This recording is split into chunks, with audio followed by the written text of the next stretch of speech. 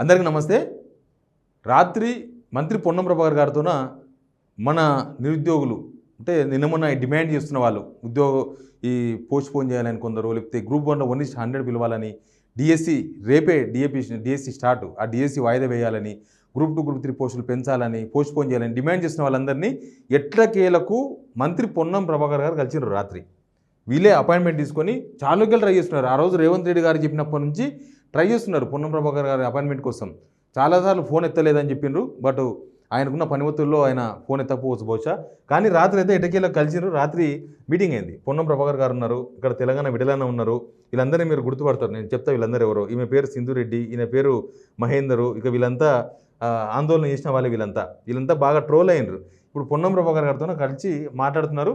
సరే, కలిసిన సారాంశం ఏందో చెప్తా. ముందు వీళ్ళు గ్రూప్ 1 1:100 ఆ విషయాన్ని అక్కడ పొన్నం ప్రభాకర్ గారి దగ్గర ప్రస్తావించిండ్రు. ఆయన లీగల్ కాంప్లికేషన్స్ వస్తాయని ఎప్పటిలాగానే మాట్లాడినరు. బట్ మహేందర్ చాలా విషయాలని చెప్పినట్టుగా ఈ గ్రూప్లో వాళ్ళు చెప్తున్నారు. మహేందర్ దగ్గర చాలా ప్రూఫ్స్ ఉన్నాయి. అంతకుముందు కర్ణాటకలో, లేకపోతే తమిళనాడులో, పక్కన ఆంధ్రప్రదేశ్లో ఇట్లాంటి సిచ్యువేషన్ వచ్చినప్పుడు ఎట్లా డీల్ చేసింది అక్కడ ప్రభుత్వము, అక్కడ రాని లీగల్ కాంప్లికేషన్స్ ఇక్కడ ఎందుకు వస్తాయి, ఇట్లాంటి విషయాలను చాలా విషయాలను మహేందర్ పొన్నం ప్రభాకర్కు వివరించిండ్రు. బట్ ఆయన కూడా ఆ పేపర్లు తీసుకున్నాడని చెప్తున్నారు. నెక్స్ట్ ఏం జరుగుతుందో తెలియదు, నేను పరిశీలిస్తా, చూద్దాము, మాట్లాడదామని చెప్పిరంట. అది 1:100 అవుతుందా కాదా అనేది ఇప్పటికైతే క్లారిటీ లేదు. ఇంకా మిగతా డిఎస్సి విషయంలో ఆల్రెడీ ఏర్పాట్లు అయిపోయినాయి. ఎగ్జామ్కు ఇంకా టైం కూడా లేదు కాబట్టి డిఎస్సి యథావిధిగా కొనసాగుతుందని చెప్పినట.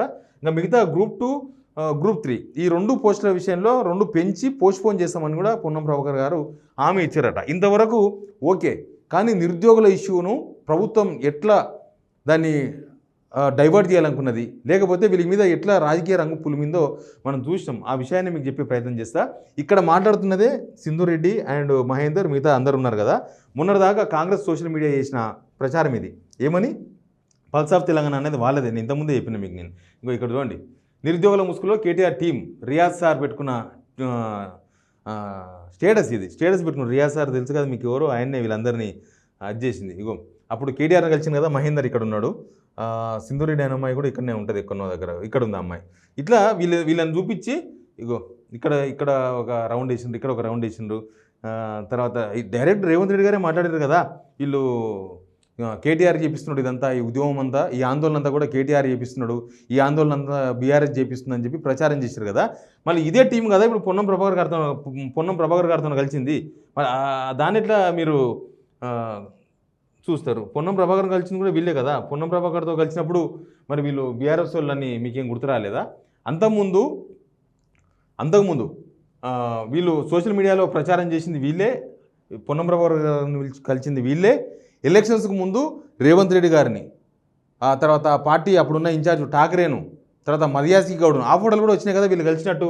అంటే నిరుద్యోగ ఇష్యూను, నిరుద్యోగుల డిమాండ్స్ను డైవర్ట్ చేయడానికే ప్రభుత్వం రాజకీయం అనే ఒక డ్రామా ఆడిందని ఇప్పుడు అర్థమైంది కదా. అంతకుముందు కలిసిన వాళ్ళే ఇప్పుడు వీళ్ళు చర్చ జరుపుతున్నది వీళ్ళతోనే. మధ్యలో మాత్రం సీఎం రేవంత్ రెడ్డి గారు కూడా అన్నారు అన్నమాట, వీళ్ళు బీఆర్ఎస్ మనుషులని. వాళ్ళ సొంత social media, Congress social media కూడా కాదు, రేవంత్ రెడ్డి గారి పర్సనల్ సోషల్ మీడియా కూడా పల్స్ ఆఫ్ తెలంగాణ అంటే వాళ్ళదే, పార్టీకి సంబంధం లేదు. వాళ్ళు కూడా వీళ్ళు బీఆర్ఎస్ కార్యకర్తలు అని చెప్పి ముసుగేసి ఆ డిమాండ్స్ను వాళ్ళ ఆందోళన అంతా కూడా పక్కదారి పట్టించే ప్రయత్నం చేసిండ్రు. ప్రభుత్వం ఎన్ని డ్రామాలు ఆడిందని చెప్పడానికి నేను ఈ పాయింట్ చెప్తున్నా. ప్రభుత్వం ఆడినంత అబద్ధం, ప్రభుత్వం చెప్పిందంతా అబద్ధం. రేవంత్ రెడ్డి గారు కూడా అబద్ధాలే చెప్పిండ్రు, కాంగ్రెస్ సోషల్ మీడియాలో చేయడం అబద్ధాలే.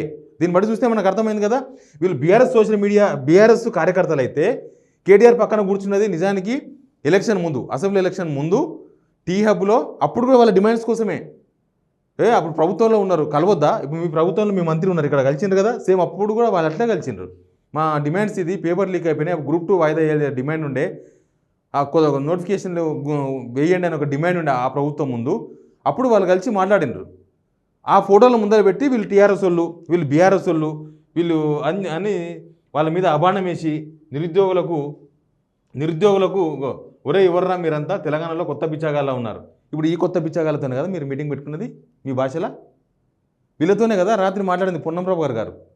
మరి పొన్నం ప్రభాకర్ గారు పెట్టిన మీటింగ్ తప్ప, లేకపోతే మీరు పెట్టిన పోస్ట్ తప్ప? ఎంత అధికారంలో ఉన్నప్పుడు ఎంత వక్రంగా ఆలోచిస్తారనేది దీన్ని బట్టి చూస్తే అర్థమవుతుంది. ఇక రేపు ఎవరైనా చేస్తే వాళ్ళు కూడా ఏదో పార్టీ అడ్డగడతారేమో, అది వేరే విషయం. కానీ ఈ ఒక్క విషయంలో ఒక ప్రూఫ్ దొరికింది కాబట్టి నేను మీకు చెప్తున్నా. వాళ్ళు మొన్నటిదాకా బీఆర్ఎస్ కార్యకర్తలు అన్నారు, వీళ్ళు కేటీఆర్ మనుషులు అన్నారు, బీఆర్ఎస్ మనుషులు అన్నారు. తీరా చూస్తే వాళ్ళనే పిలిచి మళ్ళీ చర్చలు జరిపిండ్రు. అసెంబ్లీ ఎలక్షన్స్ ముందు వాళ్ళతోనే చర్చలు జరిపిండ్రు కాంగ్రెస్ వాళ్ళు. వాళ్ళనే ముందర పెట్టి ఆ గత ప్రభుత్వాన్ని కొట్టిండ్రు. ఇప్పుడు వాళ్ళ డిమాండ్స్ వినిపించేసరికి వాళ్ళు బీఆర్ఎస్ లాగా కనిపించిండ్రు. ఇదంతా కాంగ్రెస్ ఆడిన ఒక డ్రామా, ప్రభుత్వం ఆడిన ఒక డ్రామా. ప్రభుత్వము వాస్తవాలకు దూరంగా ప్రజలను తప్పుదోవ పట్టించే విధంగా ప్రయత్నం చేసింది అనడానికి ఇది ఒక ప్రూఫ్.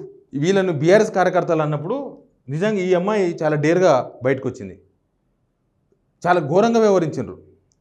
ఈ కాంగ్రెస్ పార్టీకి సంబంధించిన కొత్త ఎమ్మెల్సీ ఒక ఆయన ఉన్నాడు కదా, ఆయన శంకిని అని మాట్లాడిండు, అంత ఘోరంగా అవమానించారు. ఇక ఎట్లా అంటే మనసు గాయపడే విధంగా, వాళ్ళ వ్యక్తిగత ఏమంటారు ఇబ్బంది పడే విధంగా, వాళ్ళ మానసికంగా ఇబ్బంది పడేటట్టు మాట్లాడారు. ఎందుకంటే పొలిటీషియన్స్ కాదు కదా, చదువుకునే పిల్లలు. ఈమె గ్రూప్ 1:50లో సెలెక్ట్ అయింది, 1:50లో సెలెక్ట్ అయింది సింధు అనే అమ్మాయి. చదువుకునే వాళ్ళే కదా వీళ్ళు. హాల్ టికెట్లు లేవు, వీళ్ళేం దీక్షలు చేసి అన్నారు కదా. మరి దీక్షలు కాదు, దీక్షల కన్నా ముందు ఉద్యమం చేసింది, ఆందోళన చేసింది వీళ్ళే. వీళ్ళని పట్టుకొని రాజకీయ రంగం పులిమి మొత్తం డైవర్ట్ చేద్దామని ప్రయత్నం చేసింది ప్రభుత్వం. తీరా చూస్తే మళ్ళీ వాళ్ళతోనే చర్చలు జరిపి మేము ఈ డిమాండ్ నెరవేరుస్తాం, ఆ డిమాండ్ నెరవేరుస్తాం. నిజానికి సిగ్నల్ టీవీ కూడా సోమాజిగూడ ప్రెస్ క్లబ్లో రౌండ్ టేబుల్ మీటింగ్ పెట్టింది ఈ చర్చల కోసమే. మీరు చర్చించండి, ఆ సమస్యలు పరిష్కారం అవుతాయా కావా, కాకపోతే ఎందుకు కావు, అయితే ఎందుకు అవుతాయి, ఎప్పుడైతాయి, ఎట్లయితాయి చెప్పండి, నిరుద్యోగులతో చర్చలు చేయండి. వాళ్ళు రోడ్ ఎక్కి ఆందోళన చేస్తున్నారు కడుపు మార్చుకొని, కనీసం మీ అపాయింట్మెంట్ దొరకలేదు ఎవరికి, పిలిచి మాట్లాడండి అని signal TV round table meeting పెట్టింది.